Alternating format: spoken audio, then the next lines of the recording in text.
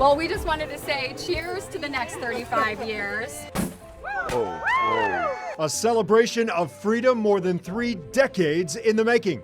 Tonight we follow through as Dwayne Brooks celebrates life as a free man.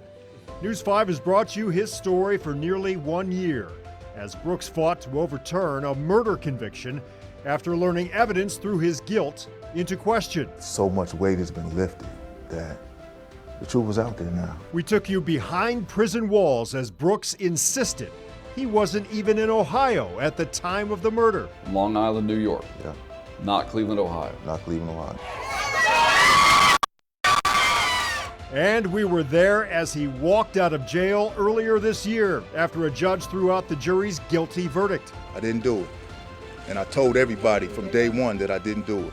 And here we are, finally, 35 years later. And now the news Brooks and his supporters have waited months to hear. The Cuyahoga County prosecutor dropped those murder charges. Now I feel light, I feel free and like a regular person again. But despite the balloons and the limo ride, tonight Brooks says there's still no justice for what he endured. This is a biggie. News 5 investigator Scott Knoll spoke with Dwayne Brooks again today. Scott, he says this is all so bittersweet for him. Yeah, Rob, the decision to not go through with those charges just reinforces something Brooks has been insisting for years, that he had nothing to do with the 1987 shooting that wounded 2 men and killed another, a crime he spent 35 years in prison for. We could have just not celebrated. Yeah. They're the words Dwayne Brooks You are free. Yeah. waited 35 years to hear.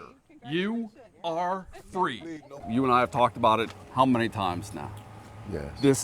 This has been the goal. Yes. Did you think this day would come? I always envisioned it, but as time went on,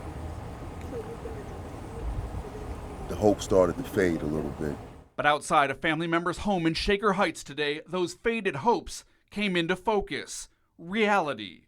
4 months after he was released from jail and put on house arrest to wait to learn if prosecutors would retry him for the 1987 murder of Clinton Arnold at Cleveland's Luke Easter Park, prosecutors informed the court they're dropping the charges. It really hurt when I got the evidence in my hand that they knew from the very beginning that I didn't do it. And they did this to me. They took me away from my family, my parents, my kids, the love of my life. They took my whole life. It's why Brooks admits he's bitter. Standing next to him today, his son, now 34 years old. His mother was pregnant with Dwayne Brooks Jr. when his dad was arrested. When he walked out of jail in April, it was the first time he saw his dad outside of prison. I mean, it's been surreal, man, I mean, sometimes it don't seem real, All I know is, me thinking about him being in there, all I knew was it's like they could always do that to me also. I'm no different. I could potentially be a victim of they injustice too and everything like that. A harsh reality, says Brooks' attorney, calling for accountability for a justice system she believes is more concerned with outcomes than accuracy. I have 60 other clients just like Dwayne that I'm still fighting for, who are all in the same position, who are all harmed by the same irreprehensible practices. As for Brooks, he found a job in New York and plans to head back this week. I love the people here, but I couldn't live here. Too many memories. Bad ones. It took my whole life. He says he wants to be an inspiration to those who are where he was. Proof, he says, of what can happen when you don't give up fighting for what's right.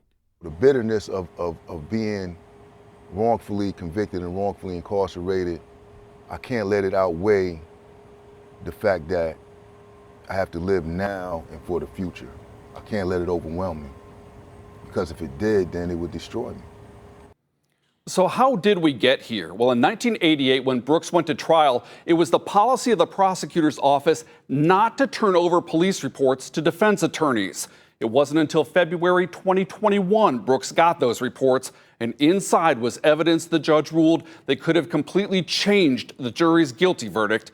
That prosecutor's policy about not sharing police reports did change, but not until the early 2000s. A long, long road here. Now, there is a state fund meant to pay people who are wrongfully imprisoned. Will that come into play in this case? I specifically asked his attorney that today. While she wouldn't commit one way or the other to that, she did repeatedly say that in cases like this, there needs to be accountability. You have been on this for so very long. Nice work, Scott. Okay, we turn the page and we'll get back to this if there's another update.